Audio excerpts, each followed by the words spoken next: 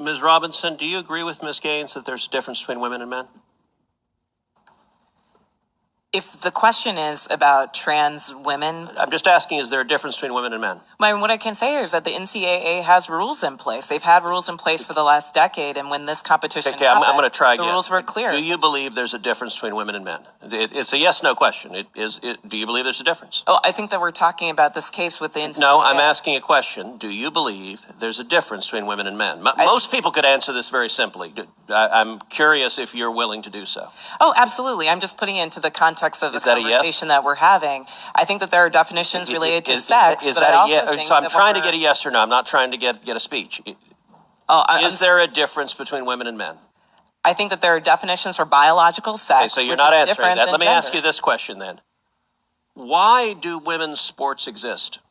If you can't define a difference between women and men, why not abolish women's sports and just tell little girls to swim with little boys and see who wins? Oh, I'm simply saying that that sex is different than gender. Why and I do believe that women's sports have a great value. I mean, Senator, I'll tell you right now. Ms. Robinson, please answer the question I'm asking you. Absolutely. Why do women's sports exist? I think that there are so many positive benefits to sports. But why have a separate category for women? If there's no difference between women and men, why to have women's sports?